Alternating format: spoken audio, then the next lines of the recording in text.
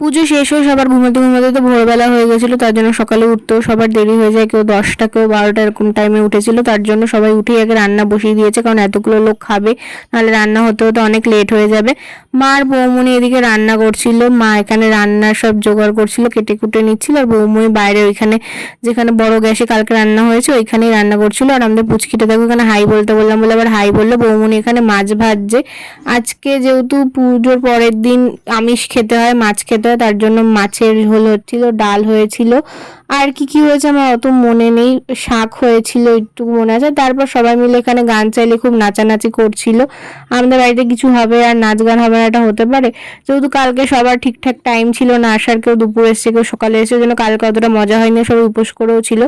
আজকে যেহেতু সবাই খেয়ে দিয়ে আছে, জন্য সবার এনার্জিটা একটু বেশি, তার জন্য সবাই মিলে এখানে রান্না করতে করতে নাচ করছিল। আমরা তো দুপুরের খাবার মানে 5টা 6টার সময় খেয়েছি।